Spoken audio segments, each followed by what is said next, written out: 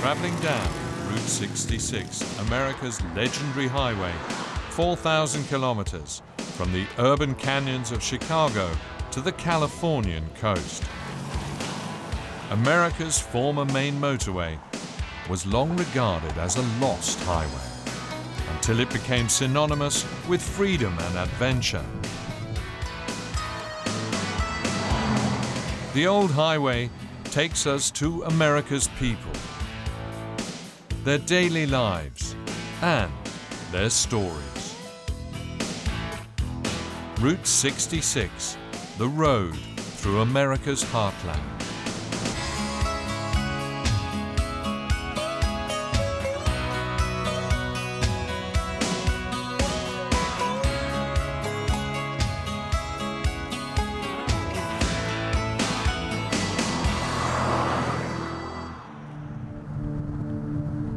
Dark clouds hang heavy over Route 66. Here in Missouri is where America's Tornado Alley starts. Early summer is high season for these deadly storms, always a source of deep fear and anxiety.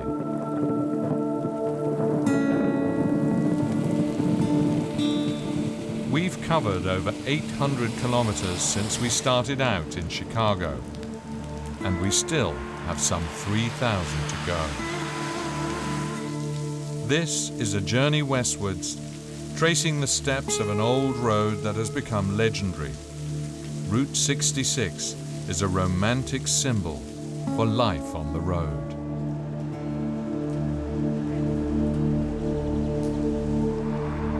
Our search for its remnants has become a real adventure. The bridge at Devil's Elbow gives us an idea of what a journey through America must have looked like long ago.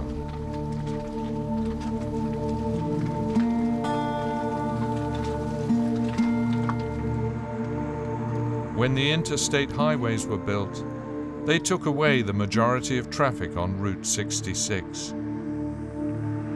Today, the motels along the old highway are little more than deserted ruins.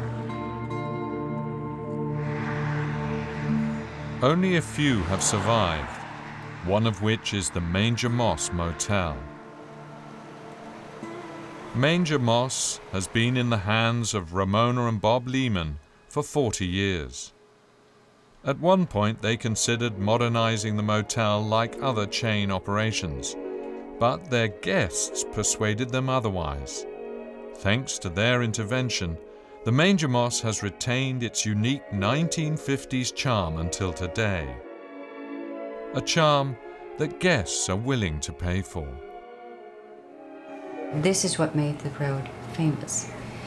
It's nostalgia, it's romance, it's going back in time, it's the slower pace of life, it's dreams, it's making those dreams come true. Route 66 is just not going to die. 70 years ago, acclaimed American author John Steinbeck nicknamed Route 66 the Mother Road.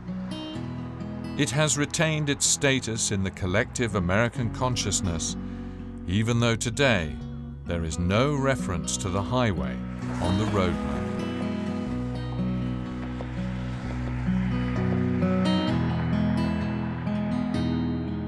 We leave Missouri, driving a few miles through Kansas, and arrive in Oklahoma, the gateway to the West, pioneer country. Here in Miami, Oklahoma, the pioneering spirit is still palpable.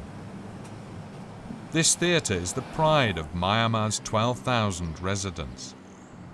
The magnificent building was opened in April 1929.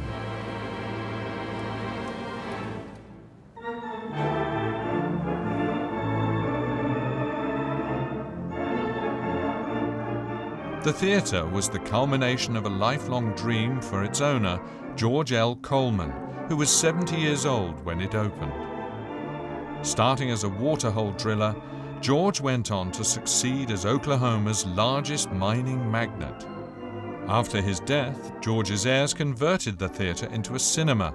Years later, the family donated the building, run down and in disrepair, to the city. But what exactly was Miami supposed to do with it? The city councilors were divided because we had lost our major industry, we had no money, and they thought, it's a prime piece of property, let's just tear it down. However, the people in the community said, this is the heart and the soul of our community. We had our first date here, our first kiss here, and they had a big meeting. And they filled this auditorium, and they convinced the city to accept the theater. Now called the Coleman, the theatre has been run by Barbara Smith for the last 22 years, and Barbara certainly appears to have a knack for marketing. The majestic setting is now a highly popular venue for large company events and festive occasions for wealthy families, and is a real boost to the local economy.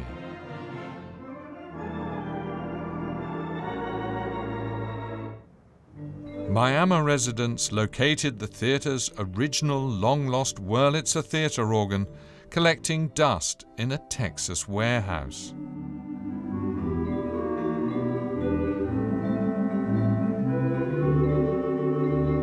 They bought the organ back and restored it to its former glory.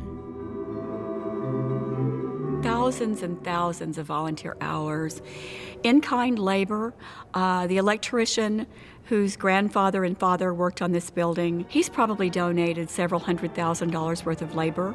We have a plumber who trades his labor for tickets. And we just have people who come and spend hours every week. Almost everything is done by volunteers with a very small paid staff. So it is a story of a community.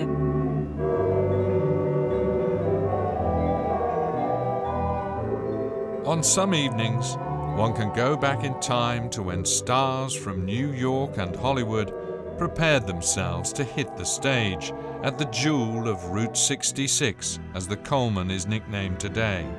In true Hollywood style, this happy ending was made possible by the dedication and civic pride of the residents of this small town.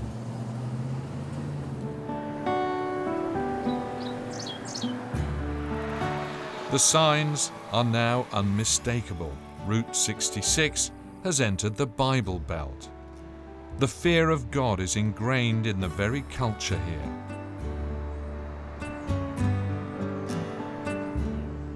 Even the petrol stations are in the Lord's service.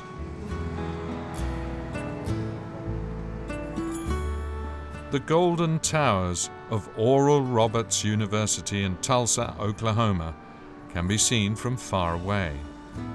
This is the world's largest charismatic Christian university. In establishing the university, its founder, the Reverend Oral Roberts, invoked God's authority and the miraculous power of the Holy Spirit.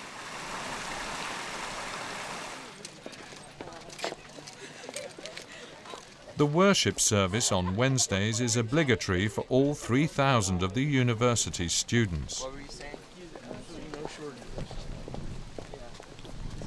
Love for the kingdom and for Christ on his cause never fails to... Robert's successor, Mark Rutland, is the bearer of very bad news today.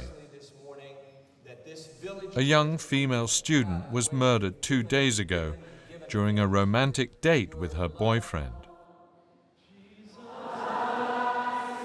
This is a shock for the 3,000 students for whom premarital sex and homosexuality are taboo.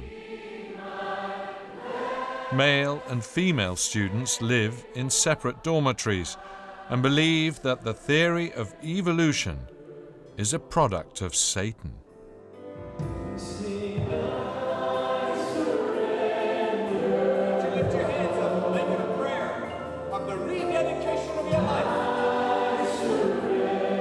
The students here come from 55 different countries. Vijay Luvian grew up in Sweden as the adopted son of a devoutly religious family. Vijay will soon graduate with an engineering degree. This force F sub BC, so it's going to be minus F sub BC. This Trust university offers a wide range of scientific curricula taught from a strict biblical viewpoint. So we're going to assume that Its this message structure- also asserts that faith in God is rewarded with professional and personal success. One of the reasons VJ left Sweden was to combine his strict religious beliefs with his university education. To me, for our humanity and for the future of our world, I think morals are really, really important. And to me, we were talking about faith. My conscience, my morals, even that fact that I have them, to me, it's an indication that there is something more than just the material that we study in engineering and we study in physics. One reason I think that was good for me to come to an environment like this was to settle some of those questions. And having gone through this university and more, even growing up in life, I've come to terms with a lot of these things, and I'm stronger in the things I believe today. And this university has been a part of that experience.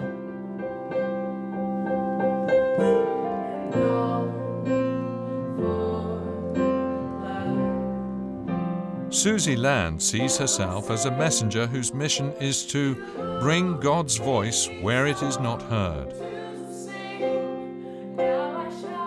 Music to the Nations is an academic missionary program. Oral Roberts University calls it a hardcore experience that is not for the faint of heart.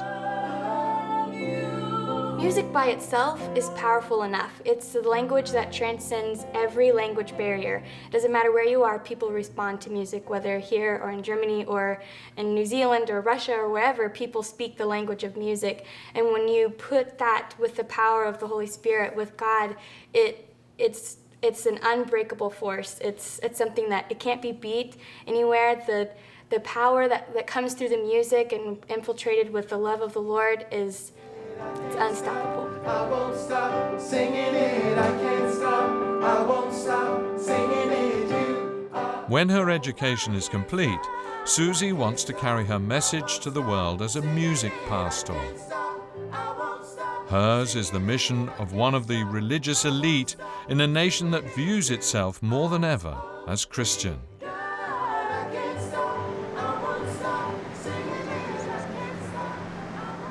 Route 66's course through the American Heartland takes visitors on a unique tour of this country's cultural contradictions and diversity. The old highway proceeds through numerous small, well-kept towns. Here, in small-town America, is where this nation presents itself the way it most likes to be seen.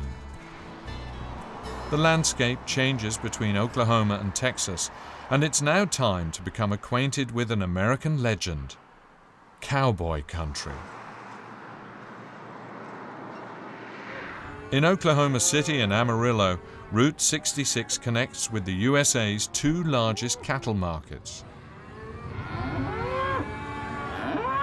The ranchers bring their cattle from far and wide to market. Sometimes more than 10,000 cattle a day, providing the raw material for the hamburger, the cornerstone of the American diet. The auction house is the heart of the cattle market.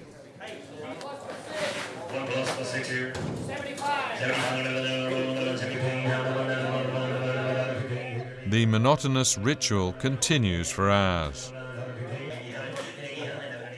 The uninitiated recognize very little and understand even less. You know, we work together every day. They're professional buyers and professional auctioneers, so we know how to read their body language.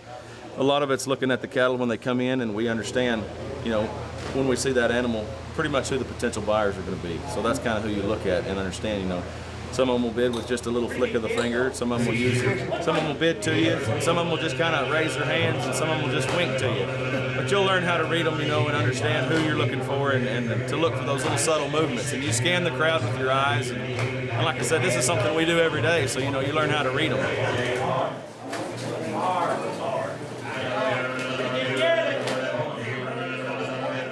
Bailey Ballou grew up on a cattle ranch. Bailey is the world's #2 ranked cattle auctioneer. and he knows his market. The market's as good as we've ever seen it. It's a world. It's just a record high right now. It really is. We've seen really great numbers, which is quite a relief right now because we're so dry. People sending them to the market because they're running out of grass or running out of water. It's as high as we've ever seen it right now. They've opened up a lot of trade across the world with Korea and China, and some of the trade markets have really allowed our market to come up. While this is good news for America's ranchers, the growing demand in Asia for all things beef means that back home, Americans face higher prices for their beloved hamburgers. We return to Route 66 heading further west. Since we departed, we've covered 1,600 kilometers. And now, Texas calls us into the heart of the Wild West. Nowhere else along Route 66 will you find bigger mountains of meat devoured than at this restaurant in Amarillo, the main city of northern Texas.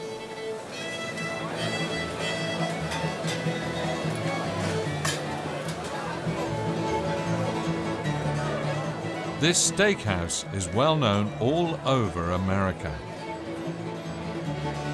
Ladies and gentlemen, can I have your attention on stage, please? Up here I'm Jimmy, coming all the way from Austin, Texas, trying to eat our 72-ounce steak in our contest. This poor man has exactly 1 hour to put down 4.5 pounds of top sirloin, baked potato, dinner roll, house salad, and 3 fried shrimp. This spectacle is called man versus food, and whoever manages to eat everything gets it all for free. In 50 years, this challenge has only been met by 8,000 diners, or roughly every 6th candidate. One hungry competitor even managed it in just under 9 minutes. According to this list, most of the winners top out at well over 14 stone, 100 kilos on the scales. Amarillo calls itself America's cowboy capital, and its saloon-style steakhouses are a top attraction. They're full to the rafters, night after night.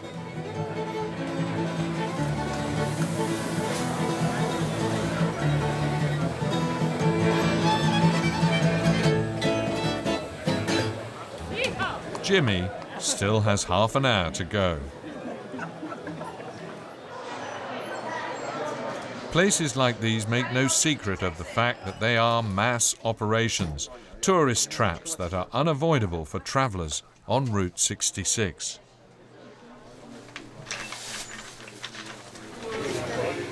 Only 10 minutes left for Jimmy now, but he's stuffed.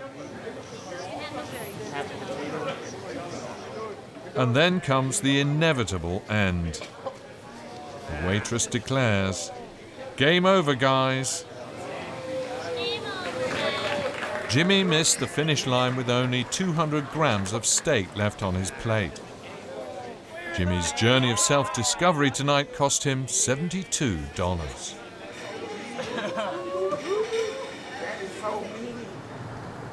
It's late now, but we hit the road once again.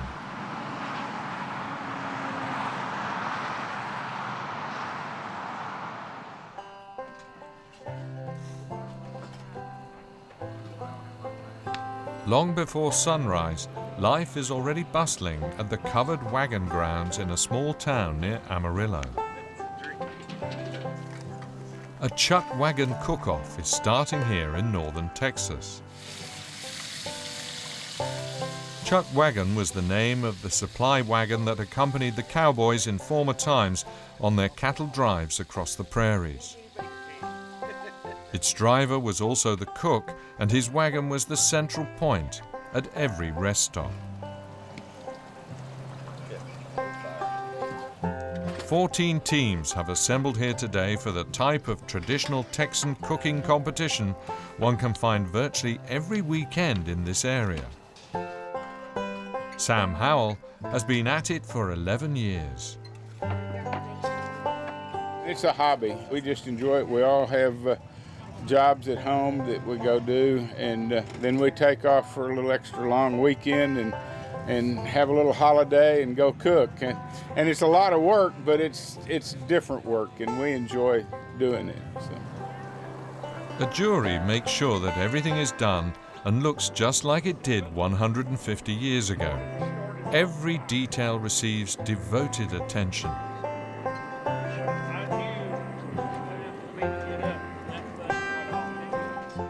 Similar to the legendary status of Route 66 itself, the aim here is to preserve American tradition, particularly for a Texan like Randy Whipple. The history here is very recent, but it's really rich and exciting, and it's neat how the fellas from back those days, you know, the Texas Rangers like Charles Goodnight, helped settle this country, and he used this country to raise cattle and to make a great fortune. And it's just a great American story is what it is, and that's what we enjoy ourselves, and the opportunity to come out and cook like we have for 120 years and enjoy this lifestyle. It's just more fun than you can shake a stick at. Nearby, the teams are in the midst of their preparations.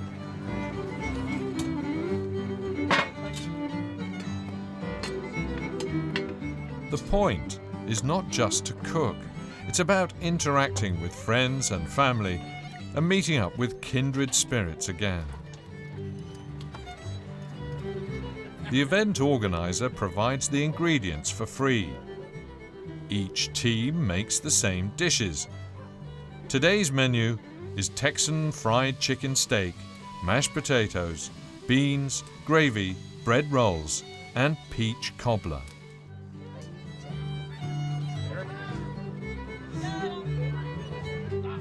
The undisputed favorite is Sue Cunningham, a cook-off veteran and the author of 3 coveted wagon cookbooks.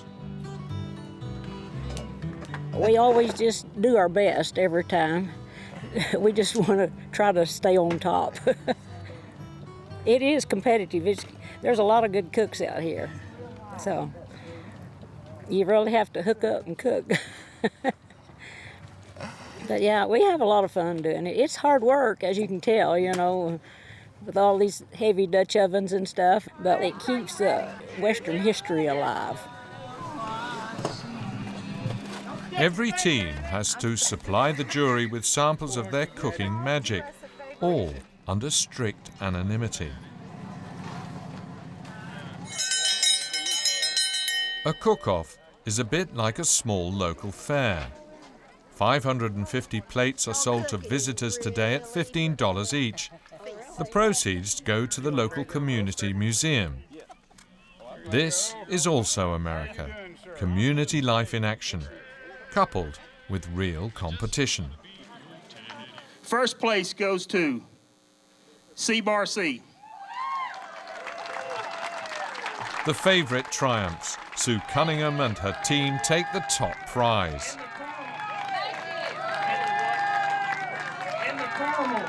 And next weekend, they'll do it all over again.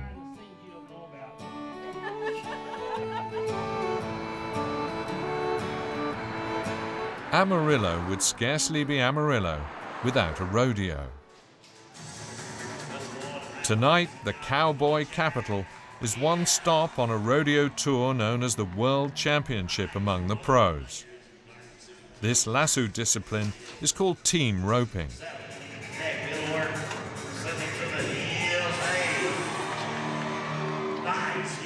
This is a rodeo highlight, saddle bronc riding. The rider has to stay on the bronc for 8 seconds.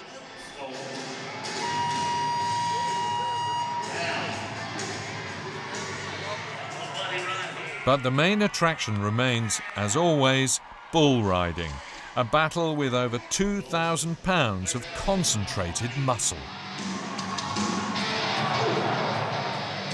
This cowboy is an expert. That was good, wasn't it? Ed Montana is on the organizational committee for the rodeo. He's joined today by his daughter Susie.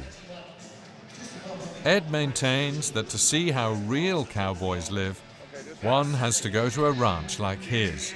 All this is only show.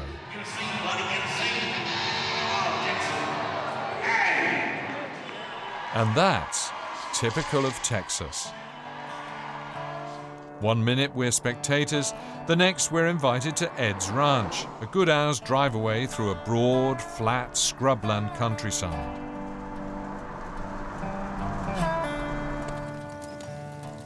Here we are at the High Card Ranch.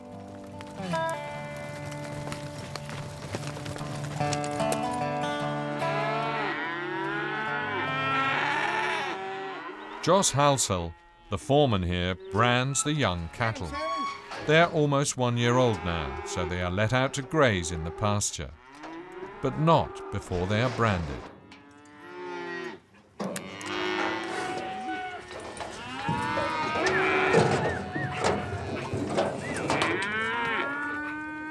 Ed Montana manages the ranch, which actually belongs to a pharmaceuticals wholesaler in neighboring Amarillo.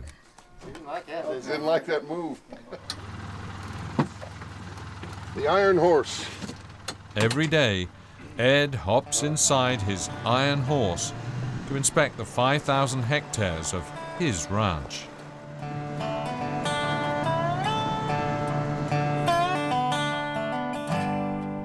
You see this whole area here right now, there's probably 15, 20 people and 10,000 head of cattle. This is Wild West Ranch, just the way it's been for hundreds of years.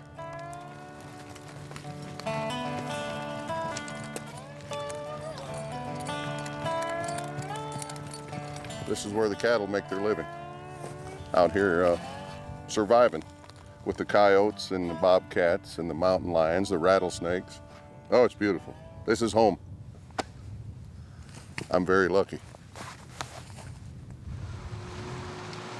We accompany Ed down into Palo Duro Canyon, once the last sanctuary of the Native Americans hiding away here from the soldiers and white settlers.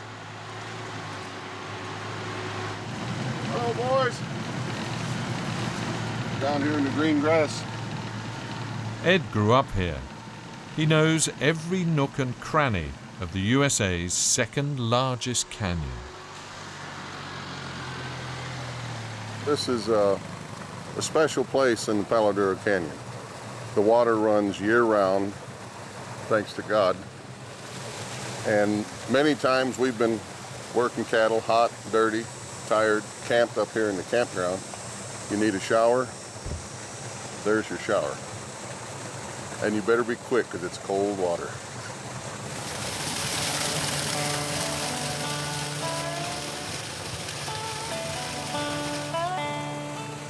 It's magical.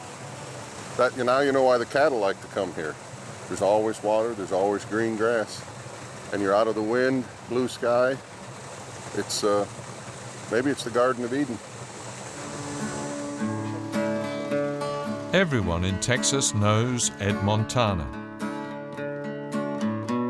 Well, the warden led a prisoner down the hallway to his doom. His songs conjure up the larger-than-life mythology of the freedom enjoyed in the lives of the legendary tough cowboys. And I heard him tell the warden as he came near me that day, let my guitar playing friend make my request.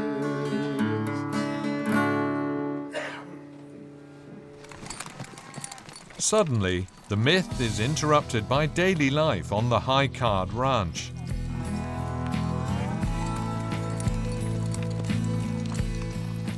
A steer has broken out and has to be recaptured. It takes a good while until the cowboys manage to lasso the bull. The steer almost seems to know what's coming. He remains defiant, even in the corral.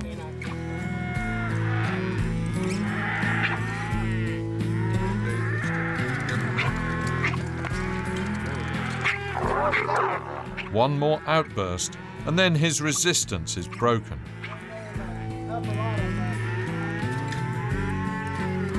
As we are leaving, Ed tells us that the next time we see this steer, we'll be on the grill.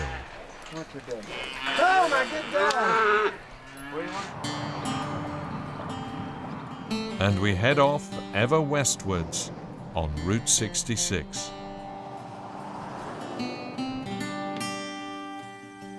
Outside of Amarillo, the ruins of the scattered ghost towns have long become tourist attractions.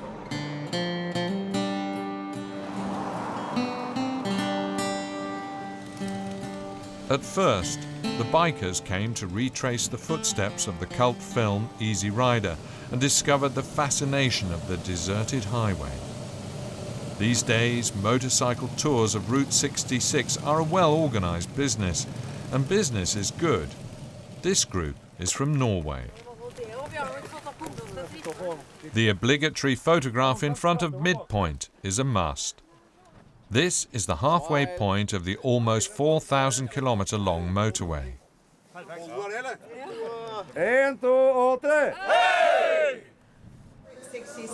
The village of Adrian still has all of 160 residents, and almost all of them earn their living from the claim that the town is the precise middle point between Chicago and Los Angeles on Route 66.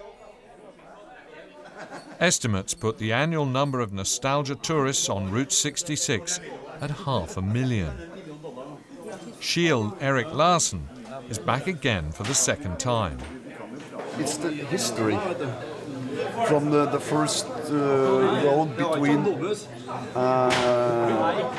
Chicago to Los Angeles, east to west. And especially under the 30s, we all were on the move because of the Depression and all that. People were moving everywhere, and this road were used to move around. And it's fascinating, actually. It's fascinating. So you have in the heart. This is not an ordinary road. So for me, it means a lot.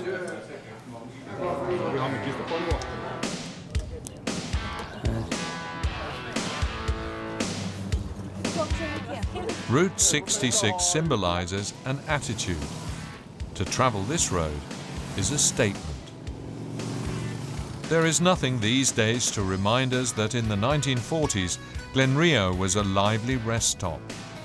Glen Rio is located here directly on the border between Texas and New Mexico, and between two of the 4 time zones along Route 66.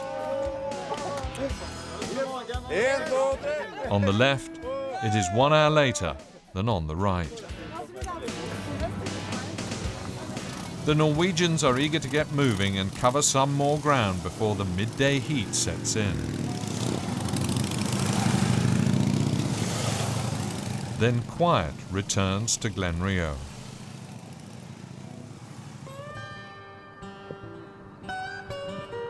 And the town once again breathes the spirit of the past.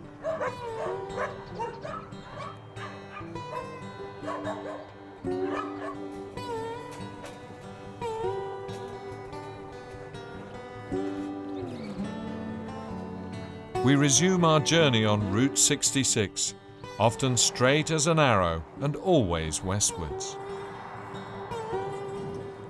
Where nature is less than generous, human ingenuity pitches in.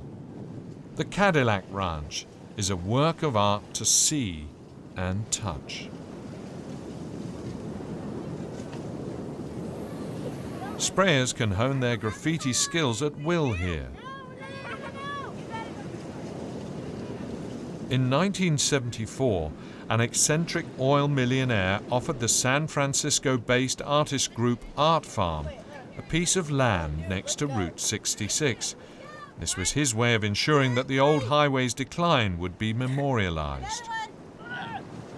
There we go.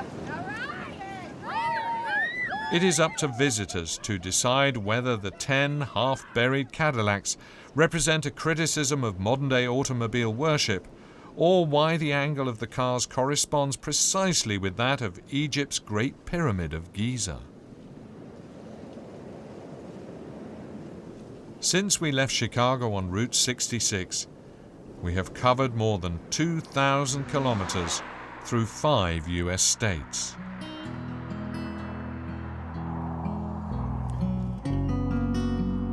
We are now in New Mexico,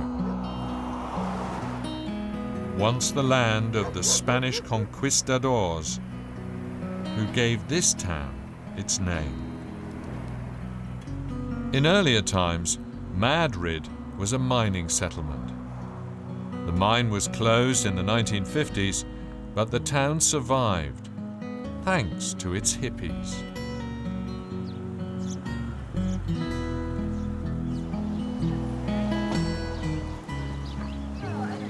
Waz McDaniel was one of the first to discover Madrid as an ideal spot to live an alternative lifestyle, back then in the 1970s. When I first got here, all these shacks were abandoned, and there were only like maybe 20 or 30 people living here at that time. Well, we had hippies and freaks, bikers, cowboys, outlaws, drug addicts, gay people, you know. We just decided that live in peace because we tolerate each other's idiosyncrasies, those little quirks that we all have that can drive some people crazy. We're essentially a bunch of free thinkers here. Not very many of us practice any religion. Matter of fact, there's a lot of people here who are recovering from the Christian religion. Yeah. Waz takes us to the Johnsons of Madrid Galleries. The Johnsons were the first to come here in 1973. At that time, Mel Johnson and his wife Diana were art professors in Chicago, both in their mid-30s. For artists like themselves, the situation was ideal, but something was still missing. One day I came home and I said, Diana, did you notice that the sun hasn't come out for 4 months? And we sat and started talking, and we said, you know, we could move to New Mexico. This was a ghost town. The only people who moved in here were basically bums, people who had no vision. They just wanted a place to sleep.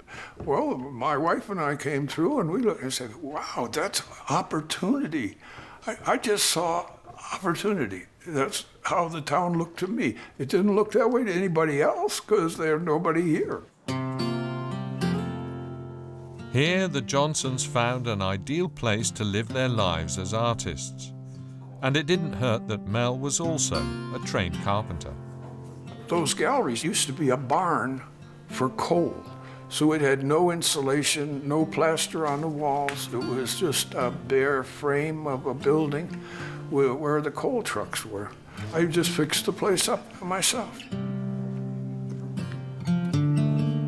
The Johnsons' Gallery is a spiritual center of the community, a place for discussions and classical music concerts.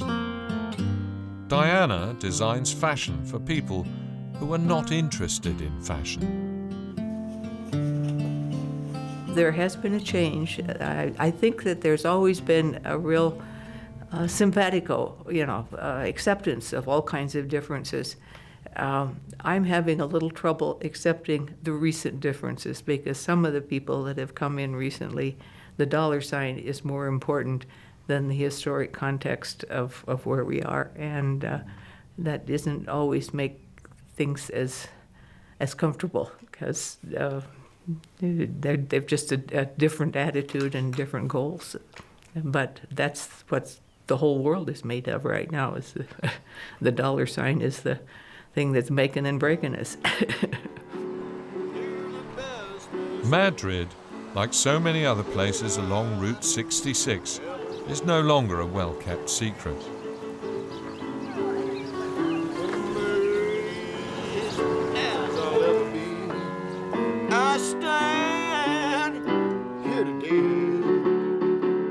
The shops along the town's main street still represent themselves in keeping with the spirit of the town, but behind the cheerfully coloured hippie facades, Commerce and competition have also settled here. Madrid's initial hippie residents seem like exotic relics now. Waz's friend, Sky Fabian, lives high up above the town. A recent stroke almost cost this former co-pioneer his life. Even you? Even your dog? No, Sky was at the start of a promising acting career when a trip to Europe and Morocco proved to be a turning point. He ultimately found what he was looking for in Madrid. One word, freedom. I have my freedom. I can do anything I damn well please.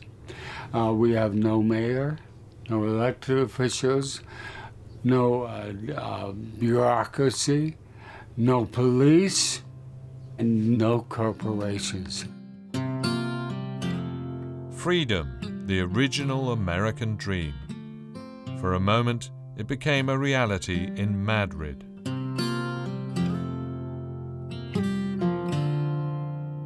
And then, Sky wants to show us something else.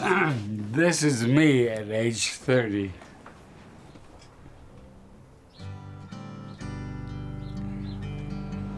High above the town, next to its old cemetery, Madrid's hippie generation built a place of serene grief.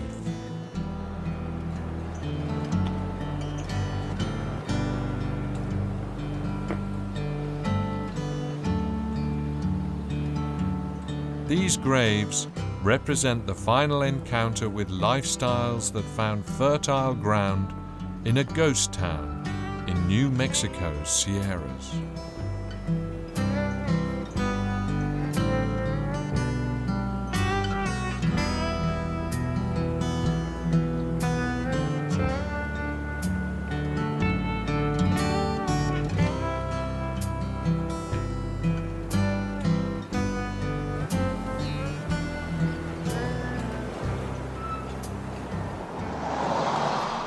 America's Main Street, as Route 66 is known, is a road for seekers, for those in search of the American promise of freedom and the pursuit of happiness.